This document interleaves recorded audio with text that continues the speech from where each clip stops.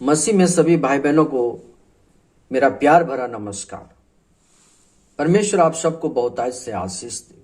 आइए हम परमेश्वर के वचन कुलुसियों 2:7 पढ़ें, जहां पर लिखा गया है, और उसी में जड़ पकड़ते और बढ़ते जाओ, और जैसे तुम सिखाए गए वैसे ही विश्वास में दृढ़ होते जाओ और अधिकाधिक धन्यवाद करते रहो। मेरे प्रिय भाई बहन, वचन से हम यह जान पाते हैं कि कुछ ऐसे लोग हैं जिन्होंने इस वचन से क्या करते हैं, सिखाते हैं, और वे जो बातें हमें सिखाते हैं उस वचन से हमें दृढ़ होते हुए विश्वास में बढ़ते जाना है और अधिक से अधिक प्रभु का धन्यवाद करते रहना है। परंतु आज चिंता का विषय यह है कि आज सिखाने वाले ही कम पड़ गए हैं। अगर कोई सिखाना चाहता है तो पहली बात तो यह है कि वो खुद नहीं सीखा है। जो सिखाना चाहता है, पहली बात तो यह है कि वो खुद नहीं सीखा है। आज सेवकाई प्रचार तो करने जानते हैं, आज सब कोई सेवकाई करना तो जानते हैं, प्रचार करना तो जानते हैं, पर सिखाने वाले नहीं होते हैं। वचन कहता है जड़ पकड़ते रहना चाहिए। प्रचार करने से कुछ नहीं है, लेकिन जो आप प्रचार कर रहे हैं, जो सिखा रहे हैं, वो क्या होना चाहिए? जड़ पकड़ना चाहिए। जड़ एक ऐसा विषय है जो एक पेड़ को मजबूती के साथ खड़े होने को क्या करता है? सहायता करता है, उसे गिरने नहीं देता, तथा पेड़ को जल और भोजन भी देता है। उसको गिरने तो नहीं देता, लेकिन उस पेड़ को वो जड़ क्या करता है? भोजन देता है और पानी भी देता है।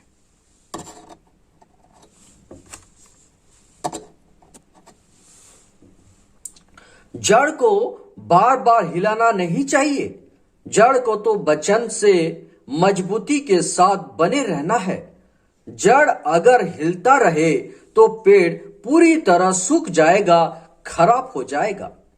इसलिए आप प्रकृति पर ध्यान दें तो पाएंगे हर पेड़ का जड़ मिट्टी के अंदर दबा कर रखा गया है ताकि जड़ हिलने ना पाए। अगर जड़ हिल गया, मिट्टी से बाहर आ गया, तो पेड़ सूख ही जाएगा। इसलिए मेरे प्रिय भाई बहन, हम सब एक पेड़ के समान हैं और हमारा जो विश्वास है वो जड़ के समान है, जो परमेश्वर के वचन के अंदर मजबूती से वचन को पकड़े रहता है। परंतु आज परमेश्वर के वचन को मजबूती के साथ पकड़े रहने के बजाय आज हम किसी चर्च को, किसी कलीसिया को, किसी भी नाम की चर्च को, किसी भी नाम की कलीसिया को, गिरजा घर को मजबूती के साथ पकड़े बैठे हैं। आप किसी चर्च को मत पकड़िए, वरन आप परमेश्वर के सच्चे वचन को मजबूती के साथ पकड़ने की कोशिश करें। परमेश्वर नहीं कहता है कि तुम किसी कलीसिया को मजबूती के साथ पकड़े रहो, किसी चर्च को मजबूती के साथ पकड़े रहो, किसी मंडली को जड़ के साथ मजबूती के साथ पकड़े रहो। परमेश्वर की वचन ऐसा नहीं कहता मेरे प्रिय भाई बहनों। वचन कहता है कि तुम क्या करो? वचन को मजबूती के साथ पकड़े रहो। यूहन्ना 4 इसका 21वां पद कहता है, प्रभु यीशु मसीह ने कहा, हे नारी, मेरी बात का विश्वास कर कि वह समय आता है कि तुम न तो इस पहाड़ पर पिता का आराधना करोगे, न यरूशलेम में।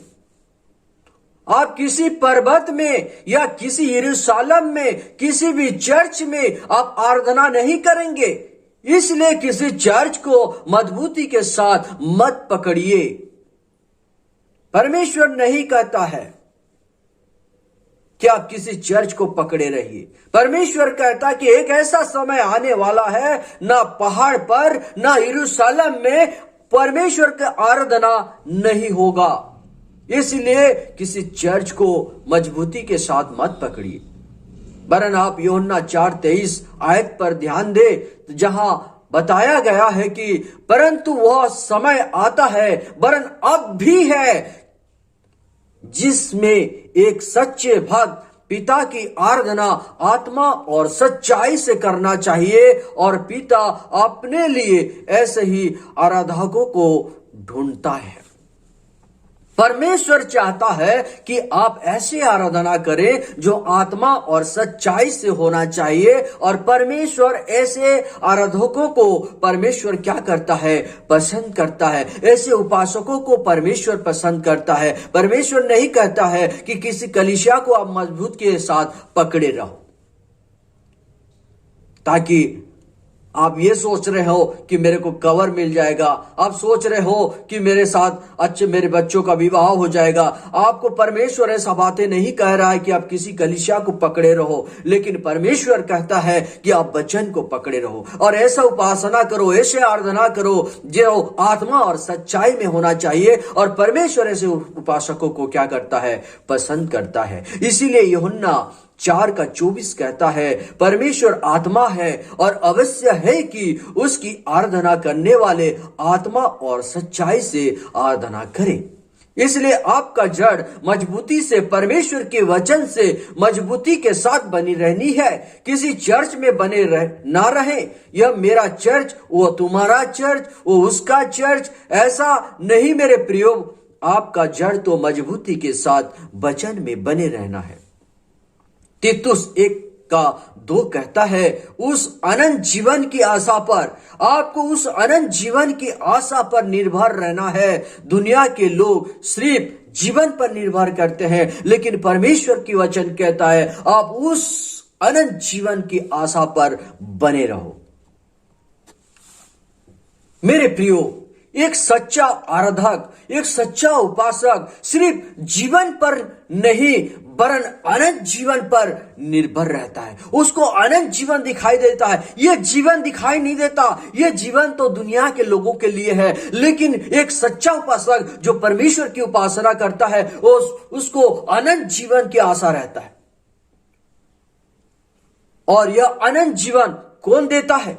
यूहन्ना 3:16, परमेश्वर जगत से ऐसा प्रेम किया कि उसने अपना एकलौता पुत्र को दे दिया, ताकि जो कोई उस पुत्र पर विश्वास करे, यह नहीं कहा गया कि जो कोई परमेश्वर पर विश्वास करे, जो कोई पिता पर विश्वास करे, जो कोई पवित्र आत्मा पर विश्वास करे, जो कोई पास्टर पर विश्वास करे, जो कोई दिकान पर विश्वास करे, जो कोई उस कलीसिया पर विश्वास करे, जो कोई उस कलीसिया पर विश्वास करे, जो कोई उस नाम की कलीसिया पर विश्वास करे। वचन ऐसा नहीं कहता है। वचन कहता है जो कोई परमेश्वर का भेजा गया उस पुत्र पर विश्वास करे, क्या होगा? वरन यह कहता है कि जो कोई उस पुत्र पर विश्वास करता है वो नष्ट नहीं होगा वरन अनंत जीवन पाएगा। हालेलुया। मेरे प्रिय भाई बहनों, आपको अनंत जीवन पाना है तो उस पुत्र पर जो परमेश्वर ने भेजा है उस पुत्र पर विश्वास करना है। ना परमेश्वर पर विश्वास करने के लिए परमेश्वर नहीं कह रहा है कि मुझ पर विश्वास करो, वो नहीं कह रहा किसी पास्टर पर विश्वास करो, वो नहीं कह रहा है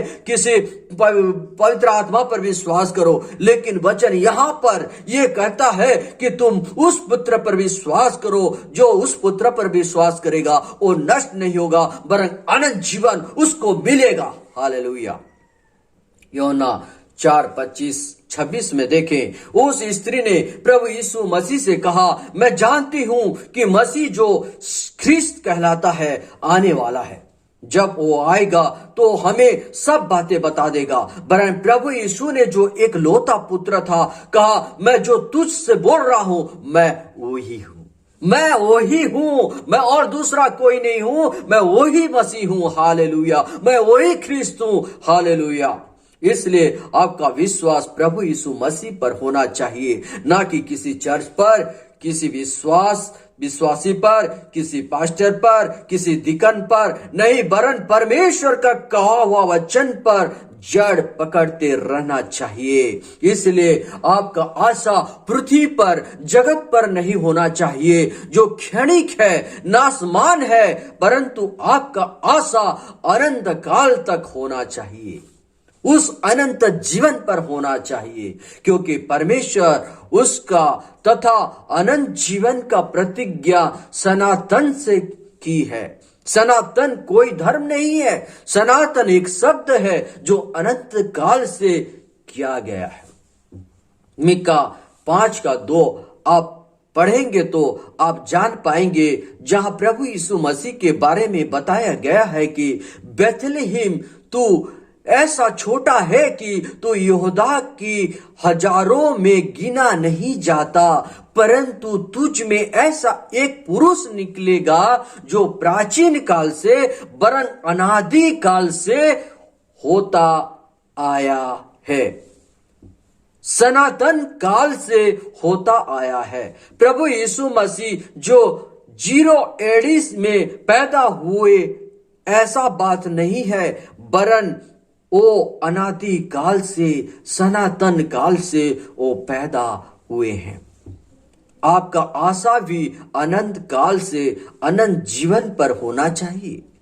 उस प्रभु यीशु पर आपका विश्वास होना चाहिए, क्योंकि जो उस पर विश्वास करेगा वो नष्ट नहीं होगा, वरन अनंत जीवन को प्राप्त करेगा। इसलिए आपका सच्चा आराधक होना चाहिए। इब्रानी 11-12 अध्याय में सभी का विश्वास के बारे में बताया गया है, जो सच्चा उपासक थे। विश्वास आशा की हुई वस्तुओं का निश्चय है। मेरे प्रिय भाई बहनों, सभी सच्चा आराधकों ने विश्वास से ही बड़े बड़े काम किए। हम क्या करें, इस इब्रानी 11 और 12 अध्याय पर ध्यान दे तो पाएंगे वहां जितने भी सच्चा आराधक थे, जितना भी सच्चा उपासक थे, उनके विश्वास के बारे में बताया गया है। उनके प्यार के बारे में नहीं, उनके दिल के बारे में नहीं, उनके कामों के बारे में नहीं, वरन उनके विश्वास के बारे में बताया गया है। उनकी योग्यता के बारे में नहीं बताया गया, उनके विश्वास के बारे में बताया गया है। अब्राहम ने परमेश्वर पर विश्वास किया और यह उनके लिए धार्मिकता गिनी गई। विश्वास स्वर्ग का एक चाबी है, एक पासवर्ड है, जो अनदेखी वस्तु का प्रमाण है। मरियम और मार्था ने प्रभु यीशु मसीह को कहा, प्रभु आप होते तो हमारा भाई लाजर नहीं मरता।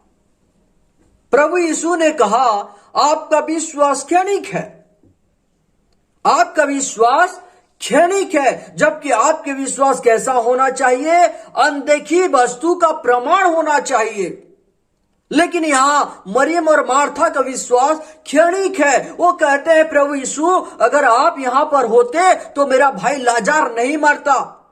अरे ये क्षणिक विश्वास है। उनका विश्वास इंटरनल होना चाहिए, अनंत काल होना चाहिए। उनका विश्वास ऐसा होना चाहिए कि अनदेखी वस्तु का प्रमाण होना चाहिए था। लेकिन वहां पर वो क्या करते, प्रभु आप अगर होते, अरे प्रभु यीशु मसीह तो हर जगह में रहते हैं, वो प्रभु यीशु मसीह हर जगह में रहते हैं। लेकिन मरियम और मार्था का विश्वास क्षणिक है। उन लोग कह रहे, प्रभु आप अगर यहां पर होते तो मेरा भाई नहीं मरता। प्रभु यीशु ने कहा, आपका विश्वास क्षणिक है, अगर मैं होता तो नहीं मरता।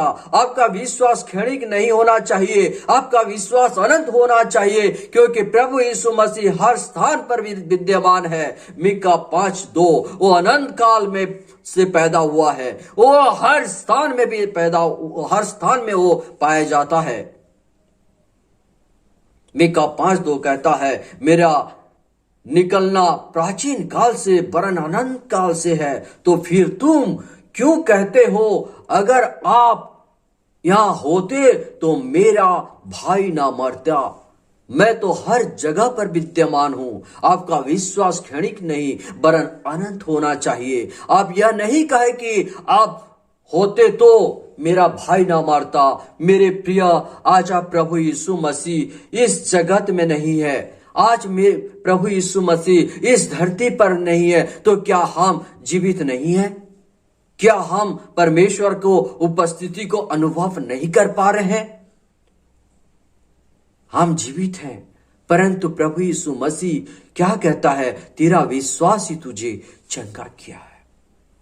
यह प्रभु नहीं है, लेकिन परमेश्वर विश्वास पर जोर देता है और तेरा कहता है जब प्रभु यीशु वहां पर भी था तो वहां भी प्रभु जब लोगों को चंगा होते देखा था तो वो कहता है तेरा विश्वास तुझे क्या किया है? चंगा किया है।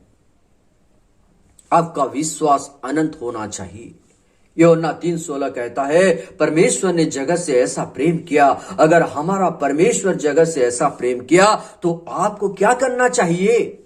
आपको क्या करना चाहिए? लूका 10:25 से आप पढ़ते देखें तो पाएंगे कि एक व्यवस्थापक जो पूरी व्यवस्था को जानता है, वो उठकर प्रभु यीशु मसीह को परीक्षा लेते हुए कहता है, हे गुरु, अनंत जीवन का वारिस होने के लिए मैं क्या करूं? तो प्रभु यीशु मसीह उसको जवाब देते हुए कहता है, तू अपने सारे मन, सारे प्राण, सारे शक्ति, सारे बुद्धि के साथ अपने परमेश्वर को क्या कर? प्रेम कर। जब परमेश्वर जगत से ऐसा प्रेम किया तो तुझे भी क्या करना है? उस परमेश्वर को प्रेम करना है। कैसे प्रेम करना है? सारे मन, सारे प्राण, सारे शक्ति, सारे बुद्धि को देकर परमेश्वर को क्या करना है? प्रेम करना है। ये सारे मन, प्राण, शक्ति, बुद्धि आपके जीवन को, आपके योग्यता को बनाता है। मेरे प्रिय भाई बहनों, एक मनुष्य को बनाता है। ये बुद्धि आपको बनाता है, ये मन आपको बनाता है, ये शक्ति आपको बनाता है, ये प्राण आपको क्या करता है? एक मनुष्य को बनाता है। प्रभु चाहता है कि आप इस सभी को मात्रा अपने जीवन को, पूरी मनुष्यत्व को क्या करो? परमेश्वर को देकर उसको क्या करो? प्रेम करो। आपके पास जो है, आपके सारे मन को, आपके सारे प्राण को, आपके सारे शक्ति को, आपके सारे बुद्धि को परमेश्वर को प्रेम करने में खर्च कर दो। परमेश्वर वही कह रहा है उस व्यवस्थापक को, सारे मन, सारे प्राण, सारे शक्ति, सारे बुद्धि जो आपके पास है, वो सारे विषय को देकर परमेश्वर को क्या करो? प्रेम करो।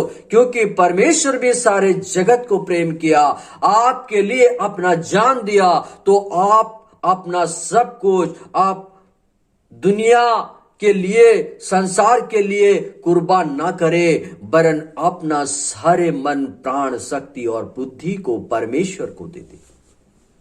आप बड़े बड़े मसीह लोगों ने अपना सारे मन, सारे प्राण, सारे शक्ति, सारे बुद्धि संसार के लिए दे दिया। किसी ने फोन, किसी ने मोबाइल, किसी ने गाड़ी मटर, किसी ने और कुछ बनाकर अपने बुद्धि, अपने मन, अपने शक्ति, अपने प्राण लगाकर वो सारे चीजों को बनाकर, उत्पन्न करके उन्होंने क्या किया? पूरी जगत को दे दिया और दुनिया में वो चले गए। लेकिन परमेश्वर को सारे मन, सारे प्राण, सारे शक्ति, सारे बुद्धि दे नहीं पाए। क्या भला हुआ? दुनिया का तो भला हो गया मेरे प्रिय भाई बहनों, उनका क्या भला हुआ? परंतु परमेश्वर चाहता है कि आप अपना सारे मन, सारे प्राण, सारे शक्ति, सारे बुद्धि देकर अपना परमेश्वर को प्रेम करो। यह सारे मन, सारे प्राण, सारे शक्ति, सारे बुद्धि आपको बनाती है। दाऊद कहता है, हे मेरे मन, प्रभु को तू आराधना कर। आपका मन, आपका बुद्धि खराब हो जाए तो आप पागल हो जाएंगे आप बिना कपड़े पहने हुए दुनिया में चला फिरा करेंगे। इसलिए जब आपका मन बुद्धि सही है, आप अपना सभी कुछ प्रभु को दे दे। सभी कुछ प्रभु में दे दे। अपना बीबी, बच्चे, अपना रिश्तेदार, अपना संपत्ति से प्रेम करो, कोई बात नहीं, परंतु आप अपना परमेश्वर से भी प्रेम करो। धनवान ने धन इकट्ठा करने से लग गया और अनंत जीवन से वंचित हो गया। वरन लाजर प्रभु से प्रेम किया और अब्राहम के गोद में जाकर बैठा। असली जिंदगी तो यहीं से शुरू होता है। असली जिंदगी यहीं से शुरू होता है। जो लाजर की जिंदगी है वो असली जिंदगी है। ये दुनिया में जो जिंदगी था वो सही जिंदगी नहीं था, लेकिन जिंदगी तो वहीं से शुरू हो रहा है जब वो अब्राहम के गोद में था। धनवान तो लग रहा था कि दुनिया में असली जिंदगी वो जी रहा है, लेकिन जब वहां पर पता चला मरने के बाद वो असली जिंदगी नहीं था। इसलिए अब्राहम से कहता है, हे प्रभु, लाजर को थोड़ा भेज दे कि एक बूंद अपनी छोटी सी उंगली में एक बूंद मेरे जीभ में टपका दे, ताकि मुझे थोड़ा सा शांति मिले, आनंद मिले। उन्होंने क्या कहा? अब्राहम ने क्या कहा? बच्चा, जब तू दुनिया में था उत्तम वस्तु पाया था।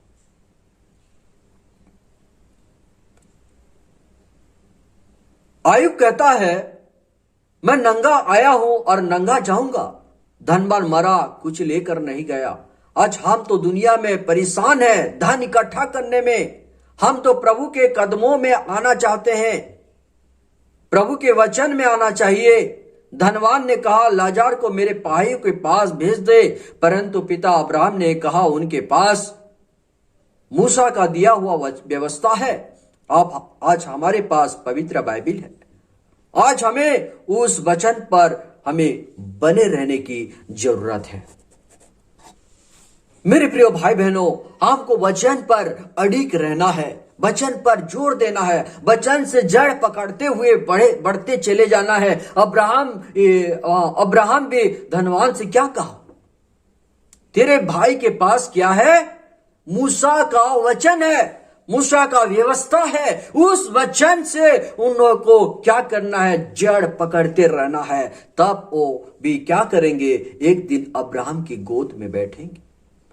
आज हमारे पास भी खाली मूसा का वचन नहीं है, सारे नबियों का वचन है, प्रभु यीशु मसीह का वचन है, उनके चेलों का वचन है, तो सारे नबियों का वचन है। और वो सारे विषय हमारे पास इकट्ठा है। हमें उस वचन में जड़ पकड़ने की जरूरत है। मेरे प्रिय भाई बहनों, इस वचन में आप सभी को परमेश्वर आशीष दे। God bless you.